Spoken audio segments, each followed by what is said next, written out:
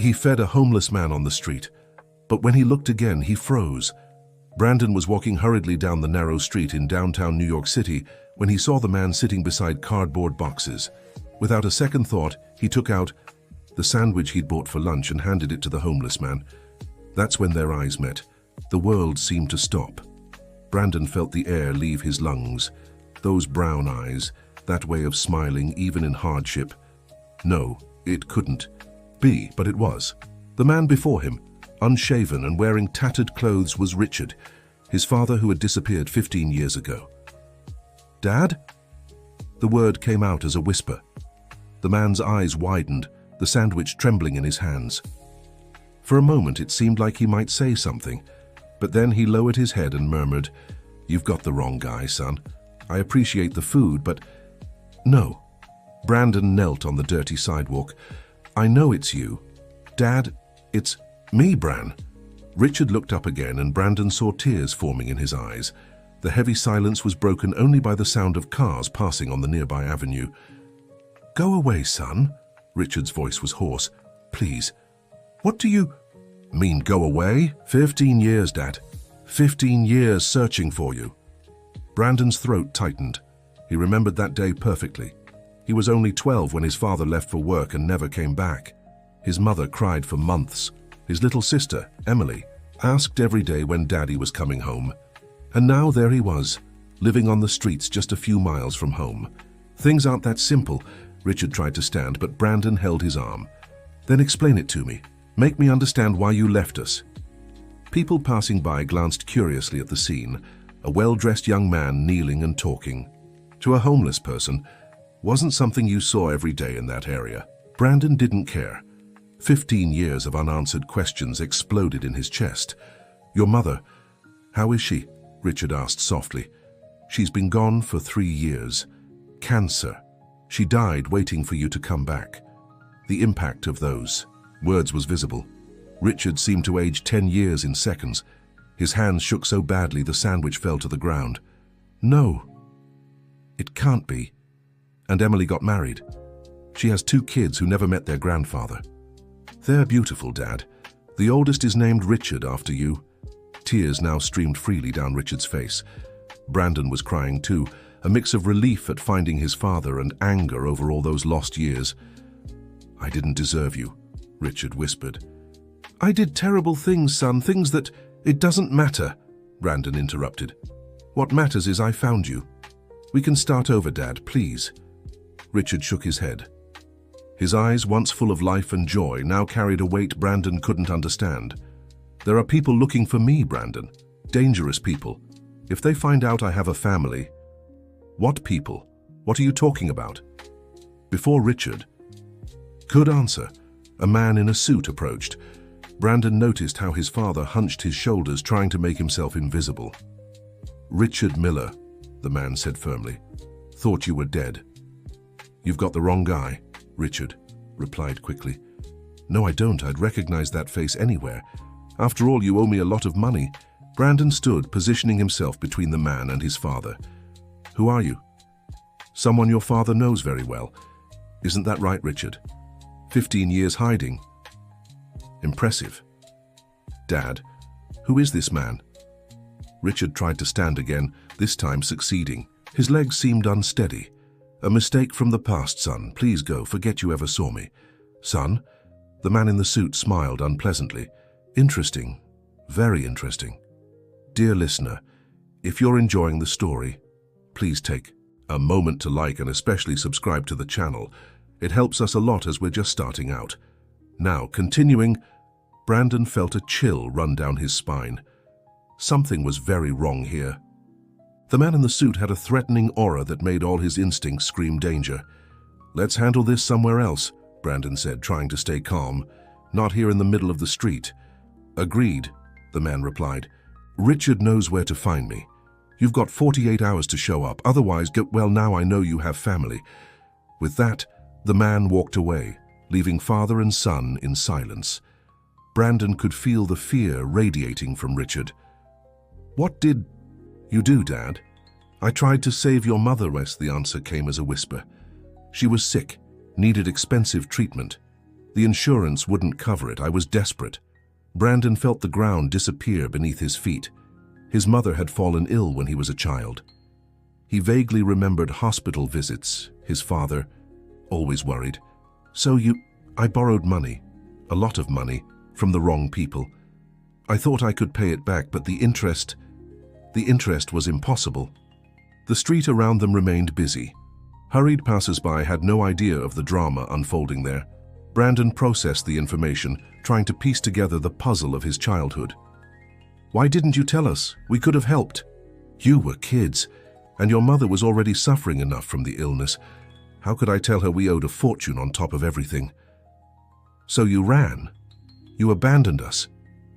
They threatened you, Richard exploded. They said if I didn't pay, they'd come after my family.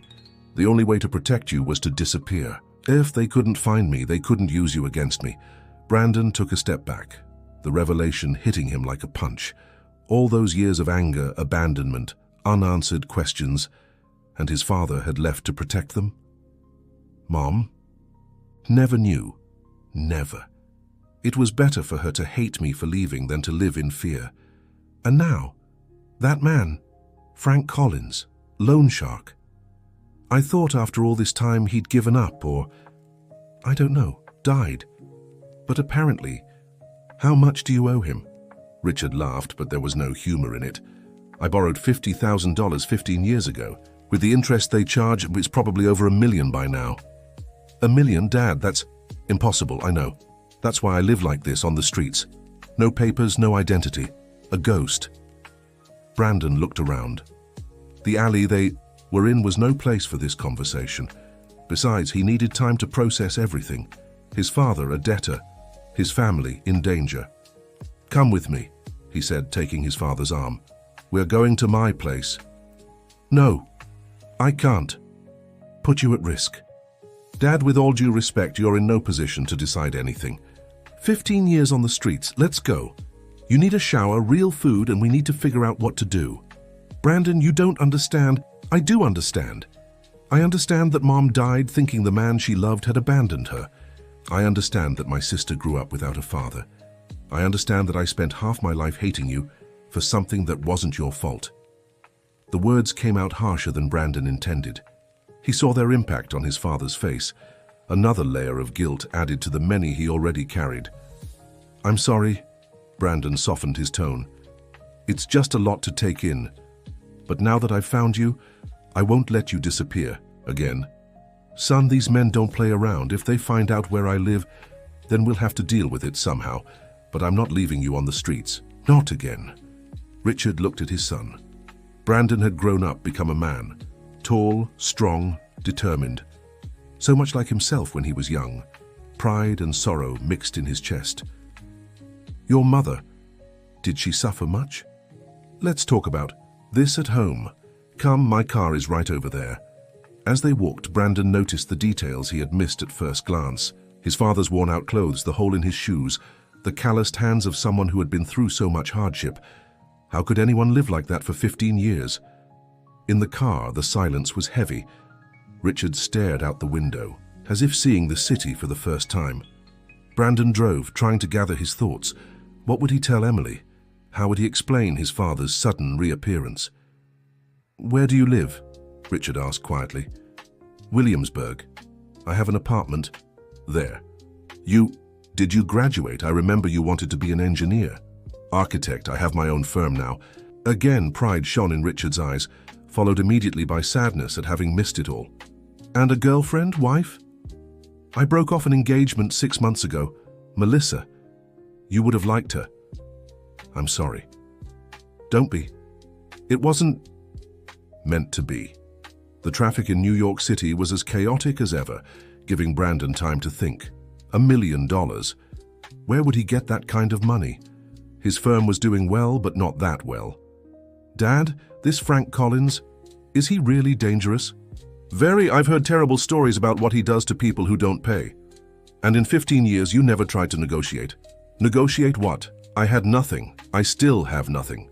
But now you have me. We can try to work out a deal, pay in installments. Brandon, you don't know this world. It doesn't work like that. Then how does it work? Richard sighed deeply. You either pay everything at once or they collect in other ways. Brandon's apartment was modern, on the third floor of a well-kept building. Richard looked around with a mix of admiration and discomfort. He felt too dirty for such a clean, orderly space. The bathroom's over there, Brandon pointed. There are clean towels in the cabinet. I'll see if I have clothes that fit you. Brandon, we'll talk later. Just go take a shower. It's probably been a while since you had hot water. Alone in the living room, Brandon picked up his phone. He needed to call Emily, but what would he say? Hey, I found our dad living on the streets and owing $1 million to a loan shark. He decided to wait. The sound of the shower made him think of all those years. How many cold nights had his father endured? How many times had he gone to bed hungry, and all to protect his family? Half an hour later, Richard appeared in the living room, clean-shaven with Brandon's razor, wearing borrowed clothes. He looked like a different man. Or rather, like the man Brandon remembered from childhood. Thank you, he said simply. Sit down, I'll make some coffee. In the kitchen, preparing the coffee, Brandon tried to process everything. His father was alive. He was here, in his home. But there was an impossible debt and dangerous men involved. What could he do? This apartment is nice, Richard remarked when Brandon returned with 2 cups. Did you do all this on your own? Yeah, it was hard at first after it was just me, Mom, and Emily, but we made it. Your mother was a strong woman. She was, but she never got over you leaving. The silence that followed was heavy with years of unresolved pain. Brandon wanted to scream, cry, hug his father, and punch him all at once. The emotions were so overwhelming they cancelled each other out, leaving only a strange emptiness. Tell me about the last few years, he finally asked. How did you survive? One day at a time. The beginning was the hardest. Sleeping on the streets for the first time, you never forget it. The cold, the fear, the humiliation. Why didn't you seek help?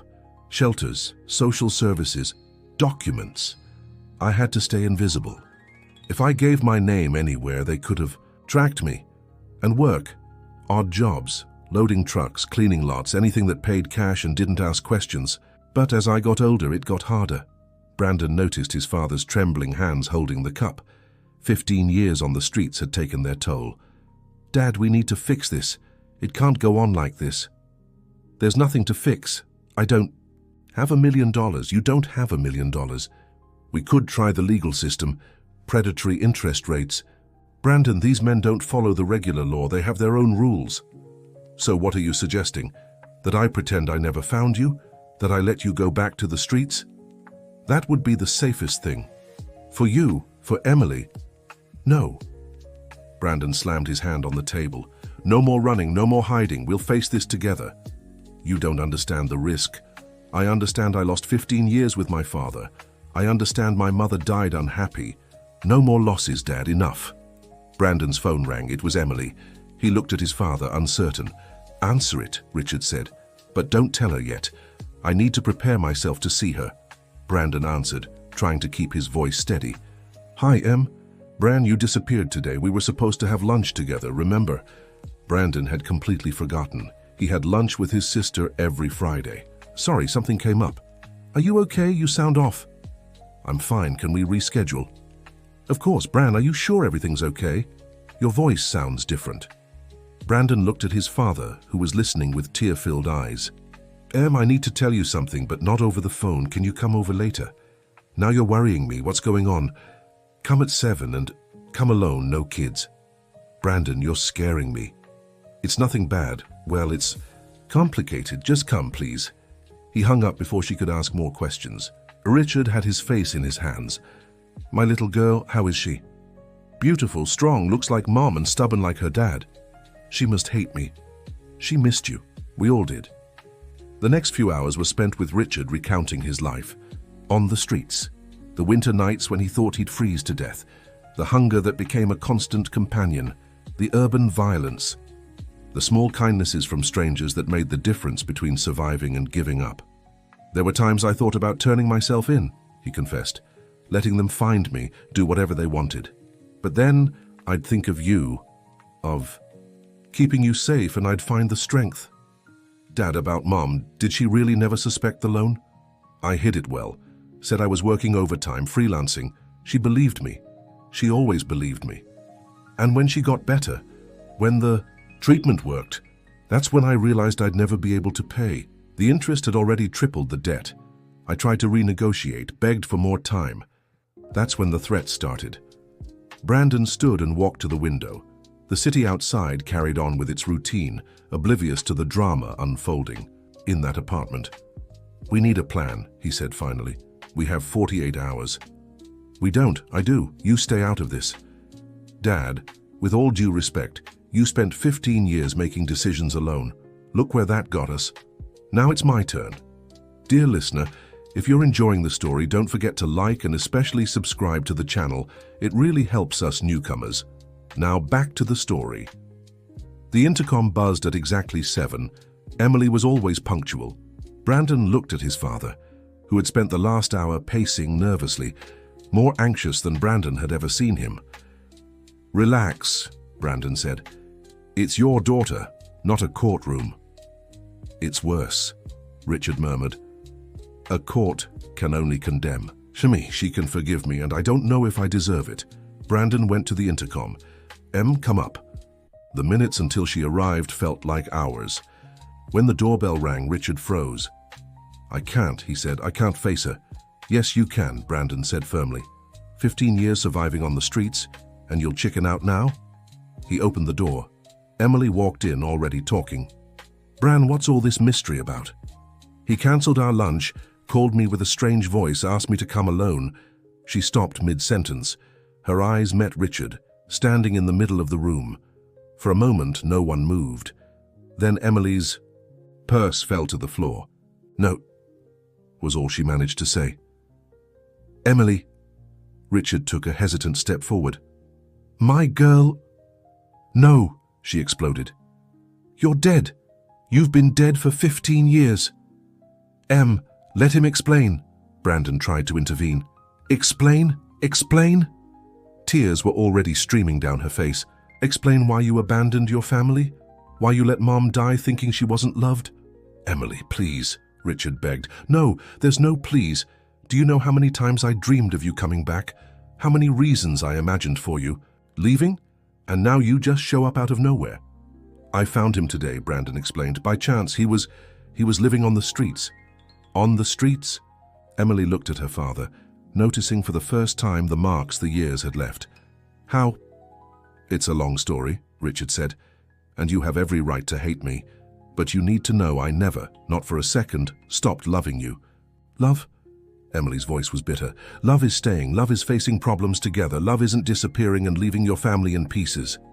I was protecting you. From what? What did we need protection from? Brandon quickly told her about the debt, the loan shark, the threats. He watched his sister's face shift through emotions: surprise, anger, disbelief, sadness. So you ran, she summarized when he finished. Instead of trusting your family, you ran. What else could I do? Richard asked. Put you in danger. You could have trusted Mum. She was strong. She would have understood. She was sick, Emily, fighting cancer. How could I add that weight to her? And you thought abandoning her was better? Emily stepped closer, finger raised. Do you know how many nights she cried? How many times she asked what she did wrong? She died thinking she wasn't good enough for you to stay. Stop. Richard fell to his knees. Please stop. I know all of it. Every day away was hell, but it was the only way. It wasn't. Emily was crying now too. It's never the only way. Family faces things together. Brandon touched his sister's shoulder. He did what he thought was best at the time. And look where that got us. Mom dead, family broken, and him living on the streets like a beggar. I am a beggar, Richard said softly. That's what I became. But I never stopped being your father. Emily stared at him for long seconds, then, surprising everyone, including herself, she knelt and hugged him. The two wept in each other's arms, 15 years of pain spilling out in tears. I hated you, she whispered. I hated you so much. I know. I hated myself too, every day. Why didn't you come back when Mum got worse, when she was dying? I didn't know. I was completely cut off. No news, no contact. When Brandon told me today, they pulled apart. Emily wiped her face, trying to compose herself. My kids, your grandkid, they ask about their grandfather. Brandon told me one of them is named Richard, the oldest. He has your eyes. Emily, I understand if you don't want me to meet them, if you'd rather I disappear again. No, Brandon protested. Enough of that, no one's disappearing. We'll fix this. Fix what? Emily asked. The debt? Does it still exist? The loan shark showed up today, Brandon explained. Gave us 48 hours to pay. $1 million. $1 million? My God! That's why I have to leave, Richard said. I can't put you at risk again. And where will you run to? Emily asked. Another 15 years on the streets. Until when? Until I die, if I have to. No, Brandon said firmly. We'll find a solution. There has to be a way. You don't know these people, Richard insisted. They're dangerous, very dangerous. So what? Emily stood up. We're family. We face this together. Emily's right, Brandon agreed. 15 years apart was too long. Now that we've found you, we fight together. Richard looked at his children. He felt equal parts pride and fear. They had grown up strong, determined. But they didn't know the dark world he had fled from. What if they hurt you? What if we can fix this? Brandon countered. What if there's a way out you couldn't see alone? We need to think, Emily said, ever practical. We have 48 hours. Brandon, do you have any money saved? About 200,000. Savings, investments. I have around 100. Nathan and I were saving to renovate the house. That's 300,000, less than a third. Richard shook his head. They won't accept it. What if we offer it as a down payment? Brandon suggested, and pay the rest in installments. You don't understand. This isn't a bank. They don't make deals like that. Then what do? Emily asked. They collect one way or another. The silence that followed was heavy, each lost in their thoughts, searching for a solution that seemed impossible. There has to be something, Brandon murmured. Something we can do. We could get help, Emily suggested. Lawyers, maybe even... No, Richard cut her off. Involving more people only raises the risk. These men have connections. They'd find out. Then what? Just give up? I'll meet with him, Richard decided. Alone. Try to negotiate more time. No way, Brandon protested. If you're meeting him, we go together. Brandon, no arguing. We're family, remember? Family faces things together, like Emily said. The next few hours were spent discussing strategies. Emily called her husband, making up an excuse for the delay. They ordered food, but no one could eat much. The tension was palpable. Dad, Emily said at one point, these 15 years, how did you survive emotionally? Without family? Without anyone? I barely did, he admitted. I thought about giving up so many times, but I had a photo of you, old, faded. I looked at it every day. Do you still have it? Richard searched the pocket of the old pants he'd set aside. He pulled out a worn photo. Brandon and Emily as children with their parents at some park. Everyone smiling. Oh my God, Emily took the photo carefully. I remember this day. We went to Central Park. You ran around so much you fell asleep in the car on the way back. Richard smiled at the memory. Mom made sandwiches, Brandon added. And you taught me how to fly a kite. Good times, Richard sighed. Before everything went wrong. Not everything went wrong, Emily corrected. We're here alive together again. Not for long if we don't fix this. We'll fix it, Brandon insisted. Somehow. Around 10 at night, Emily had to leave. Her kids were waiting. She hugged her father tightly before going. Promise you won't run away again. I'll try, was all Richard could say. I'll be back early tomorrow, she said. We'll figure something out. There has to be a way. When they were alone, Brandon set up the sofa for his father to sleep. Richard watched his son's every move, still processing everything. You've become a good man, he said. Your mother would be proud. She was. Always said so. Hey, Brandon, if something happens to me, nothing will happen. We'll fix this, Dad, together. You don't know Frank Collins, what he's capable of. And he doesn't know what a united family is capable of. Richard smiled. Sadly, his son's determination was admirable but naive. The world he'd escaped had no room for noble feelings. "Rest," Brandon said. "Tomorrow we'll think with clear heads." But neither of them slept well that night. Brandon, in his room, was turning over plans and possibilities. Richard, on the couch, was reliving 15 years on the run and wondering if there was really any way out. Dear listener, if you're enjoying the story, take a moment to like and especially subscribe to the channel. It helps us a lot as we're just starting out. Now, continuing. The sun rose, bringing a new day but no new solutions. Brandon woke up early and found his father already up, staring out the window. "Did you sleep?" he asked. "A little. It's been a while since I slept on something soft." "Coffee?" "Please." As they made breakfast together, it was almost possible to pretend they were just father and son sharing a normal moment. But the weight of the situation hung over them. "Dad, tell me more about this Frank Collins. What kind of man is he?" "Relentless. He started small, lending to struggling shop owners, grew, expanded. By the time I knew him, he controlled most of the informal credit in the area." "And how does he collect?" "Starts with psychological pressure, calls, visits. If that doesn't work, well, there are stories of people who lost more than money. Did you see that happen?" "I saw enough to know I had to disappear." The intercom buzzed. It was Emily with her husband Nathan. Brandon had never told his brother-in-law about his father, so the surprise on his face was genuine. "Nathan, this is my dad," Emily said simply. Nathan, a calm and thoughtful man, took a few seconds to process. "Your dad is alive?" "It's a long story," Brandon said. "Come in, we'll explain." They told everything again.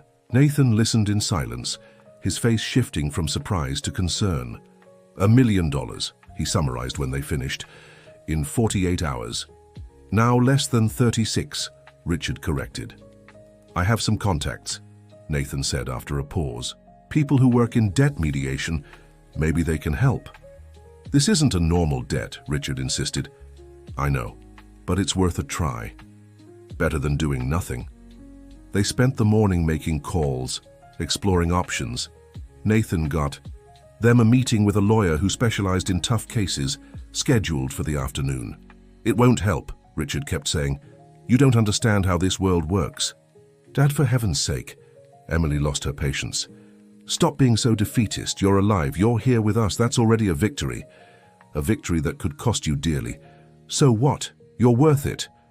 Richard looked at his daughter, moved. After everything, after 15 years, she still thought he was worth it. Brandon's phone rang. Unknown number. "Hello? Brandon Miller?" A man's voice, polished but cold. "Yes. I believe we met yesterday. Near a certain relative of yours. It was Frank Collins." Brandon signaled for the others to stay quiet. "What do you want?" "Just reminding you of the deadline and letting you know I know where you live. Nice apartment, by the way. 3rd floor, view of the square." Brandon's blood ran cold. The man had looked into him in less than a day. "You don't have to threaten me. Not a threat, just information. I like to know who I'm dealing with. Your sister lives in Park Slope, right? 2 beautiful kids. The oldest goes to St. Matthew's Academy. Listen here. No, you listen. Your father owes a debt, an old one that's only grown. I expect it paid on time. It'd be a shame if something happened to such a lovely family." "We'll pay," Brandon said through gritted teeth. "But we need to negotiate the amount. $1 million is impossible." "Impossible? Your architecture firm made $3 million last year. Your sister and her husband run an import business." "Impossible is a strong word. How do you know all this?" "It's my job to know, just like it's my job to collect what I'm owed." 36 hours, Brandon, not a minute more." The call ended. Brandon was pale. The others waited, tense. "He knows everything," he finally said. "Where we live, where the kids go to school, how much we make." "Oh my God." Emily brought her hand to her mouth. "The kid..." "See?" Richard stood up. "That's why I ran, to avoid this." "Calm down." Nathan tried to take control. "He's pressuring us. Doesn't mean he'll actually do anything." "You don't know these men," Richard repeated. "They're capable of anything." Then we pay, Brandon said. We sell everything and pay. Even if we sell everything, we won't make $1 million, Emily calculated. And selling property, cars, well, it takes time. So what? Brandon snapped. What's the solution? I turned myself in, Richard said. It's the only way to keep you all safe. No, Emily and Brandon said together. It's my debt, my problem. Our problem, Brandon corrected. We're family. A family I put in danger.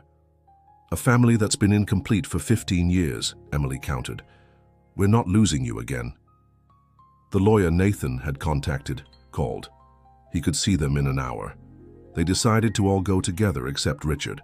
Better if I don't show my face too much, he argued. If Collins has people watching... He's right, Nathan agreed. Stay here. We'll see what can be done. The lawyer's office was downtown.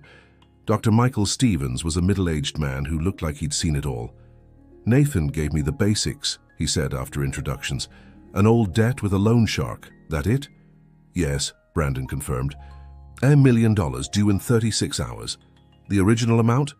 $50,000 15 years ago. The lawyer did some quick math. Even with predatory interest, it wouldn't reach $1 million. They're slapping on heavy loan shark rates. Can you help us? Emily asked. Legally, tough. These kinds of debts don't officially exist. No contract, no paperwork. It's all word of mouth and intimidation. So there's nothing we can do? Didn't say that. I said legally it's tough, but there are other approaches. What kind of approaches? Brandon asked. Mediation, trying to settle. Sometimes these creditors take less if it's quick. $1 million sitting there is worthless. 300 grand in their pocket is better. You think he'd accept? Depends. How much can you pull together right away? About 300, Nathan answered. Maybe a little more if we sell some assets fast. It's a start, but I'd have to negotiate in person, and that comes with risks. What risks? Emily asked. These men don't like lawyers, think we complicate things, but I can try an initial contact. Feel it out. Do it, Brandon decided. What's your fee? Let's see if I can get anywhere first, then we'll talk fees. They left the office with a sliver of hope. It wasn't much, but it was something. You think this will work? Emily asked in the car. It has to, Brandon said. We don't have many options. Back at the apartment, they found Richard pacing, clearly anxious. Well, they explained the lawyer's plan, the possibility of negotiation. Richard didn't seem convinced. Collins isn't the negotiating type. When he wants something, he takes it. But it's been 15 years, Dad, Emily argued. Maybe he's changed. Men like him don't change, they only get worse. Brandon's phone rang. It was the lawyer. Dr. Michael? Brandon, I got a contact from Collins, mentioned a possible negotiation. And? He wants a meeting, tonight, 9 o'clock. Know the Skyline restaurant in Midtown? I do. He said to bring your father. Wants to talk to both of you. Brandon looked at Richard, who had gone pale. Just the two of us? Yes, I offered to mediate, but he refused. Said it's a family matter. Understood. We'll be there. Brandon, be careful. Bring whatever. Cash you can gather. Physical cash, sometimes seeing the money helps the negotiation. Okay, thanks, Doctor. He hung up and locked eyes with his father. He wants to meet us tonight. It's a trap, Richard said immediately. It could be a chance to negotiate, or a chance for him to catch me. Dad, we have to try. It's better than waiting for him to make a move. Brandon's right, Nathan supported. Better to talk on neutral ground. I'm going with you, Emily decided. No, Brandon was firm. He asked for just me and Dad, let's not provoke him. But no buts, Em, you stay with the kids, keep them out of this. They spent the rest of the day preparing. They went to the bank, withdrew as much as they could, $320,000 in large bills, split into 3 briefcases. That's a lot of money, Richard observed, more than I've ever seen in my life. And it's not even a third of what he wants, Brandon reminded him. Maybe it's enough to start negotiations. By 8:30, they were ready to leave. Emily hugged them both tightly. If anything feels wrong, get out of there, she pleaded. Promise me. I promise, Brandon said. Richard didn't answer. He knew promises meant little in that world. The Skyline was an upscale restaurant, the kind of place Brandon took important clients. It felt surreal to be going there to negotiate with a loan shark. "Are you armed?" Richard asked in the car. "No, of course not. They will be. It's a public restaurant, Dad. They won't do anything there. You have too much faith in civilization, son." They arrived 10 minutes early. The maitre d' led them to a reserved table in the most private corner of the restaurant. "Frank?" Collins was already there, flanked by 2 large men. "Richard," he greeted with a cold smile. 15 years, you've aged." "Frank," Richard replied curtly. "Sit. Let's talk like civilized people." Brandon placed the briefcases on the floor beside his chair. Collins noticed the gesture. "You brought money? Good. How much?" 320,000, Brandon answered. "It's everything we could gather." 320,000, Collins repeated, savoring the words. "Against $1 million. You've got guts, I'll give you that." "It's a start," Brandon tried. "We can pay the rest in installments." Collins laughed, a humorless laugh. "Installments? This isn't a furniture store, kid. I don't do payment plans." "Then what do you propose?" Brandon kept his cool. "I propose you pay everything. $1 million. Like we agreed." "We don't have it," Richard spoke for the first time. "You know we don't." "Then get it. You have assets, businesses. Sell everything." "That takes time," Brandon argued. "Time is something you don't have. 36 hours, remember?" "Please," Richard leaned forward. "They have nothing to do with this. The debt is mine." "Was yours. Now it's the family's. You made that choice when you ran." "I ran to protect them. And look how well that worked." Collins's voice dripped with sarcasm. 15 years later, here we are. "Take the 300,000, Brandon." "Tried again." "It's better than nothing." "You know what's better than nothing? $1 million, which is what you owe me. And if we can't pay..." Collins leaned forward. His eyes were as cold as a shark's. "Then we collect in other ways. Your architecture. Firm, for example. It'd be a shame if you lost all your clients or if there was a fire. Are you threatening me? I'm explaining consequences, cause and effect. You don't pay, bad things happen." "This is extortion," Brandon said through gritted teeth. "This is business. Your father knew the rules when he took the money." 15 years ago, Richard exploded. "I paid with my life. I lived like an animal on the streets." "Your choice. You could have stayed and faced the consequences." "And let you hurt my family?" "I hurt those who don't pay, simple as that." The waiter approached, but Collins dismissed him with a wave. The restaurant hummed normally around them, oblivious to the drama at their table. "Listen," Brandon made one last attempt. 300,000 now, another 200 in 6 months. We settle the debt at 500,000. It's fair." "Fair?" Collins seemed amused. "Do you know how much I lost out on these past 15 years? How much your father cost me?" "He didn't cost you anything. He disappeared." "Exactly. And that comes with a price. The price is $1 million. We don't have $1 million. Brandon slammed his hand on the table, drawing stares. "Then find it." Collins stood up. "You have until tomorrow, 9 at night. Same time, same place. Bring it all or start saying goodbye to what you hold dearest." "Frank, please." Richard tried one last time. The time for pleading ended 15 years ago, Richard. Tomorrow, 1 million, or the consequences begin. Collins walked out, followed by his 2 henchmen. Father and son were left alone at the table, the weight of the situation crashing down on them like an anvil. "Now what?" Brandon asked, his voice hoarse. "Now," Richard grabbed one of the briefcases. "We return this to the bank before they do something worse." "Dad." "It's over, Brandon. You saw he won't negotiate." "There has to be something." "There isn't. Accept it. I messed up. Again." They left the restaurant in silence. In the car, Brandon drove aimlessly, processing everything. "We're not giving up," he finally said. "We don't have a choice. There's always a choice. You taught me that when I was a kid. I taught you a lot of wrong things. No, you taught me to fight, to never give up, to protect the people we love. And look where that got us. It got us back together. That's worth everything." They arrived home where Emily and Nathan were waiting anxiously. The account of the meeting left them even more worried.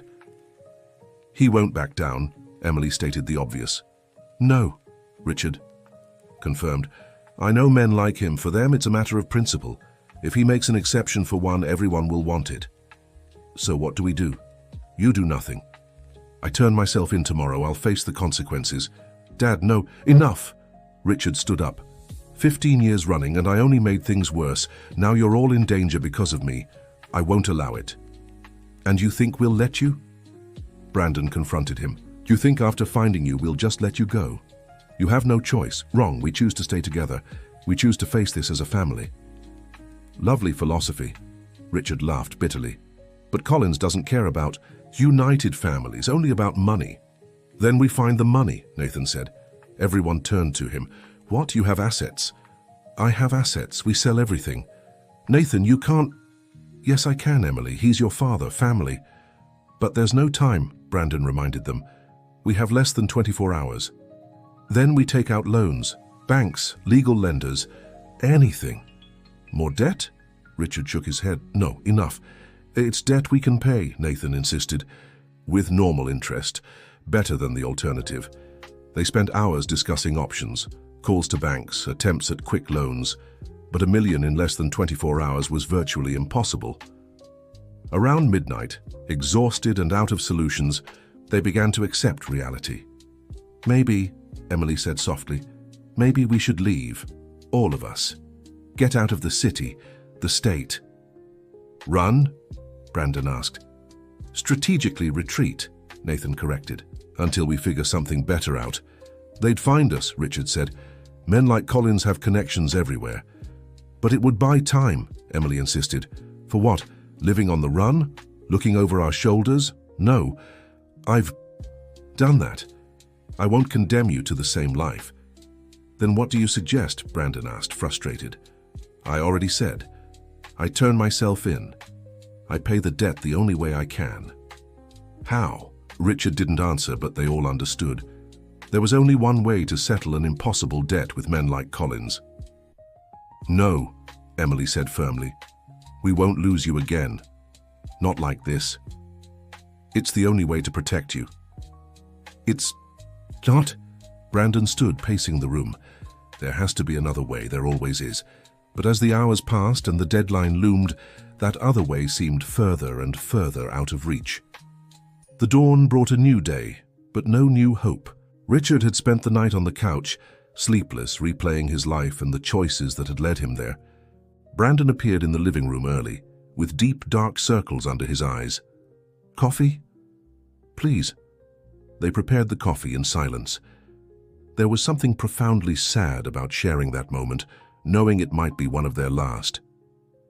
Brandon, Richard began, I want you to know I'm proud of you, of the man you've become. Dad, let me speak. I need to say this. You and Emily were the best things I ever did in my life. Watching you grow up strong, independent, good, it's worth any price. Not your life. Yes, it is. A father does anything for his children. You'll understand one day when you have your own. I understand now, that's why I won't let you sacrifice yourself. It's not your choice, son. Yes, it is. It's our choice. Mine, Emily's, even Nathan's. We're family. The intercom buzzed. It was Emily, arriving with Nathan and, surprisingly, the children. I thought they should meet their grandfather, she said simply when Brandon opened the door. Richard froze when he saw his grandchildren for the first time. The older boy, his namesake, had his eyes.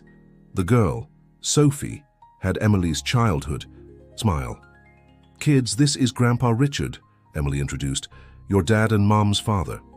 Hi, Grandpa, the boy said, extending his hand like a little gentleman. Richard shook the small hand, tears streaming freely.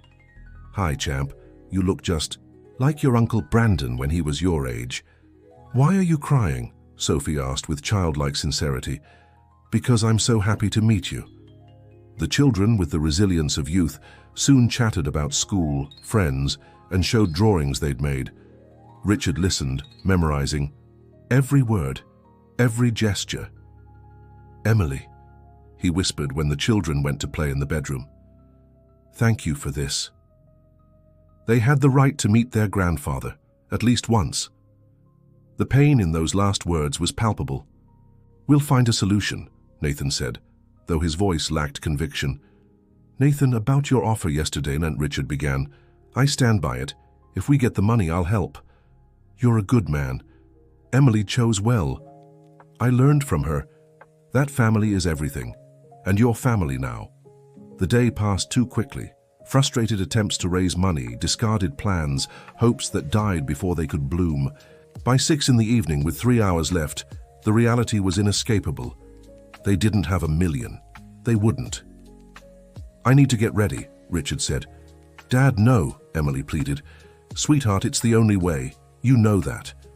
There has to be another way. If there were, we'd have found it. Accept it. Sometimes there are no happy endings. I won't accept it, Brandon said. I refuse. Then what do you suggest? We have 3 hours. We all go to the meeting, the whole family. We show him we're united. That hurting one means hurting all. And you think that would impress him? Richard asked. I don't know, but it's better than you walking to slaughter alone. Brandon's right, Emily supported. We all go, strength in numbers. You don't understand, Richard began. No, Nathan interrupted. You're the one who doesn't understand. This isn't just about you anymore, it's about all of us. Family. Richard looked at each of them. His son, determined. His daughter, brave.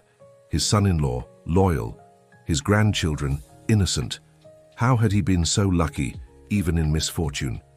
If we're doing this, he finally relented, let's do it right.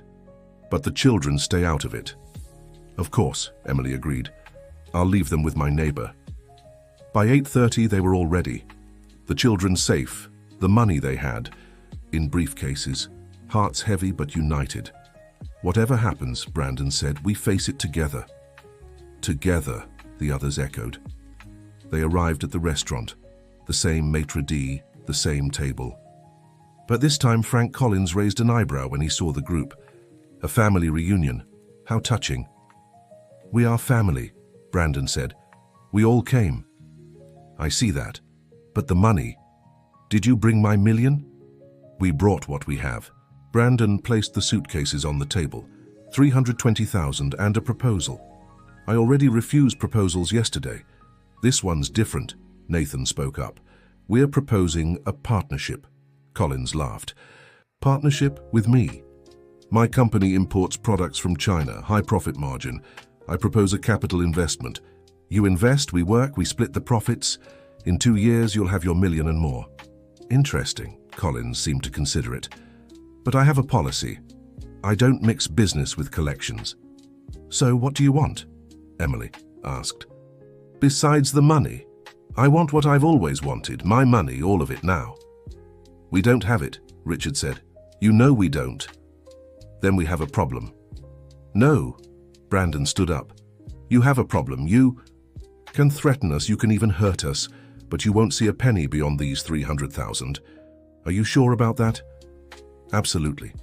Because if anything happens to any of us, the police will know, the press will know, your quiet life is over. Are you threatening me? I'm explaining consequences, cause and effect, like you said yesterday. Collins leaned back in his chair, studying Brandon. You've got guts, like your father once did before he ran. I didn't run, Richard said. I made a choice, to protect my family, and I'd do it again. How noble and useless. Frank, Richard leaned in. You won. 15 years of my life. I lived like an animal, lost everything.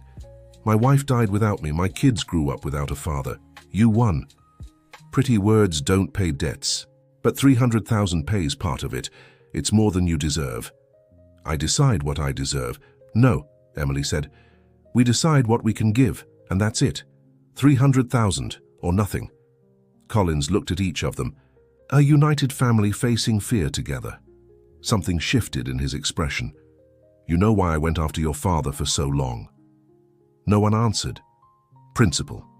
In my business, your word is everything. If one debtor runs and gets away with it, everyone runs, understand?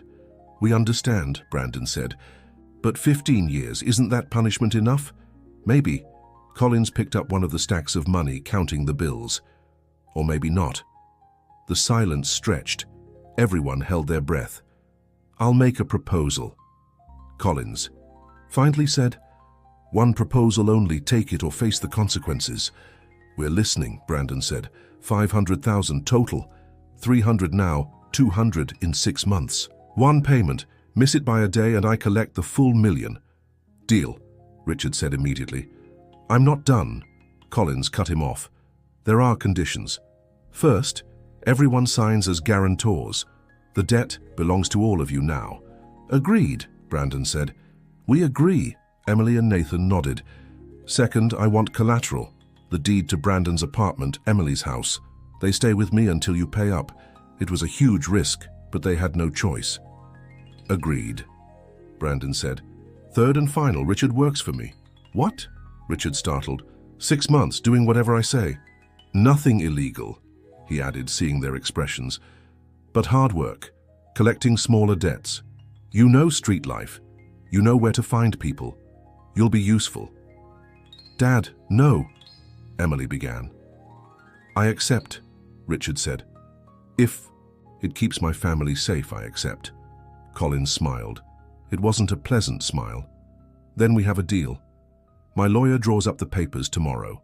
300,000 now, signed documents tomorrow, 200,000 in 6 months. Late means you lose everything, understood? Understood, and they all agreed. Richard reports Monday 8 a.m. at the address I'll give you. 6 months, no breaks, no excuses. I'll be there. Good. Collins stood up. Pleasure doing business with you. Don't disappoint me. He left, leaving them stunned. They had done it. It wasn't perfect, it was risky, but they had done it. My God, Emily said, we did it. For now, Richard reminded her, we still owe 200,000. We'll get it, Brandon said. Working together, we'll get it. And you'll be working for him, Nathan pointed out. 6 months. Small price, Richard said, very small to have you all back. They left the restaurant with a mix of relief and apprehension. The immediate crisis had passed, but new challenges lay ahead. Let's go home, Brandon said, celebrate being alive and together. And figure out how to get 200,000, Emily added. One problem at a time, Nathan mused. Today we won. In the car, Richard watched the city pass by through the window. 15 years on the run and now he was back. Not the way he had imagined, but back. Dad, Brandon said, we'll make it. This time we'll do it right. I know, son. With you, I believe in anything. The night was beautiful in New York City. The city lights shone like promises of better days. And for the first time in 15 years, Richard allowed himself to hope. The next 6 months would be hard. Working for Frank Collins was worse than Richard had imagined. Long hours tracking, down debtors collecting payments, seeing the desperation in the eyes of people in the same situation he had once been in. But every night he went home, to Brandon or Emily, who took turns hosting him, to family dinners, to bedtime stories with his grandchildren, to the life he had lost and miraculously regained. Brandon worked like never before. He took on every possible project, worked overtime, cut expenses. Emily and Nathan did the same. The goal of 200,000 seemed impossible, but each month they got closer. How was today? Brandon would ask every night when his father came home exhausted. Survived, was Richard's standard reply. But it was more than survival. It was redemption. Every day of honest work, every moment with his family, healed a little of the wounds from 15 years. With 3 months left, they had 120,000, 80 to go. We'll make it, Emily insisted at their weekly family meetings. The office closed 2 big contracts, Brandon encouraged.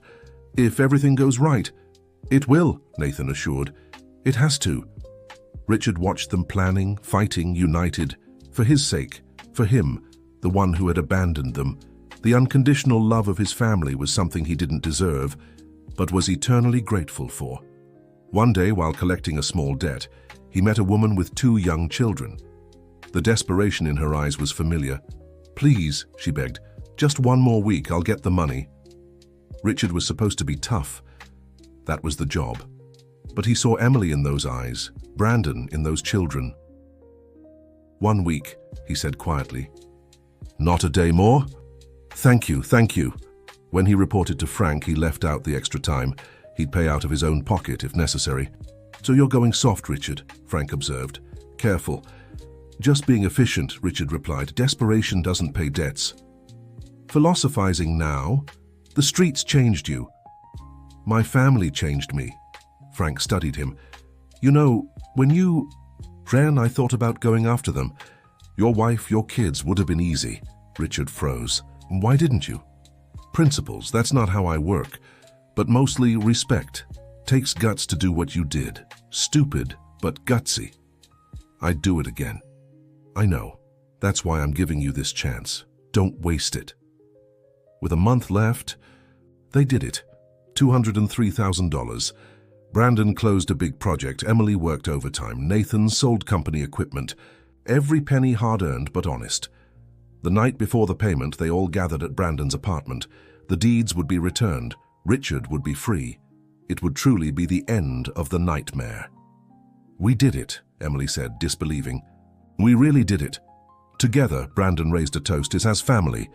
Family, and everyone toasted. Richard cried. Tears of relief, joy, redemption. 15 years of running ended right there. Thank you, was all he could say. We're the ones who should thank you, Emily said, for coming back, for not giving up. For giving us the chance to be a family again, Brandon added. The next day, they all went to Colin's office. The money was counted, the documents returned, the debt settled. It's done, Collins declared. 15 years, but it's done. Thank you, Richard said, for the agreement, for the chance. Don't thank me, thank your family. Without them, you know how this would have ended. I know. One last thing, Richard. You're relieved from the job. You did. Well, better than I expected. But there's still a week left. Consider it a bonus. For paying early. And for reminding me that even men like me can have flexibility. They walked out of there free. Completely. Finally free. On the sidewalk they embraced. 15 years of pain, 6 months of struggle, and they had won. What now? Richard asked. Now Brandon smiled. When we live, we make up for lost time. We have a lot to make up for, Emily said. We have the rest of our lives, Nathan reminded them. And so they walked together through the streets of New York City. No longer running, no longer afraid. Just a family, imperfect but united, ready to write new chapters. Months later, at a Sunday barbecue, Richard watched his gathered family. Brandon had returned with Melissa, reconciled and stronger. Emily was expecting their third child. The grandchildren ran around the backyard laughing. What are you thinking about? Nathan asked, handing him a beer. How lucky I've been, Richard answered. I lost 15 years, but I gained all this. It wasn't luck, it was love. Theirs for you, yours for them. Still, not everyone gets a second chance. True, that's why we can't waste ours. Brandon walked over with plates.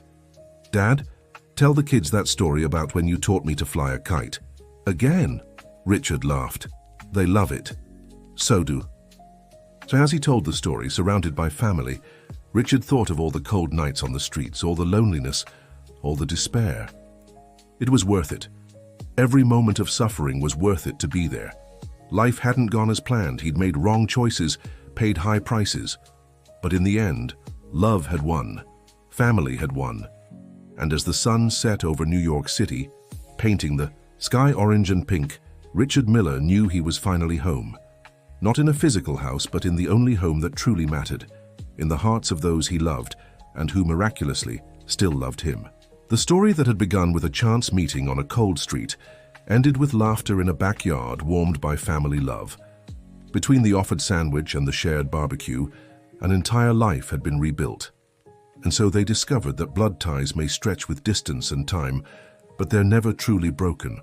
Family love, when real, survives everything, even 15 years of absence and $1 million in debt. At the dinner table, with seats for everyone and no empty chairs, the Miller family celebrated not just the shared meal, but the victory of forgiveness over resentment, of unity over separation, of love over fear. Richard looked at each beloved face and knew he was home. Finally, truly, eternally home. The end of the story. Dear listener, we've reached the end of this emotional journey. Now tell us, do you think Richard made the right choice by running away to protect his family? What would you have done in his place? Share your thoughts in the comments. We love reading your stories. Were you moved by this reunion?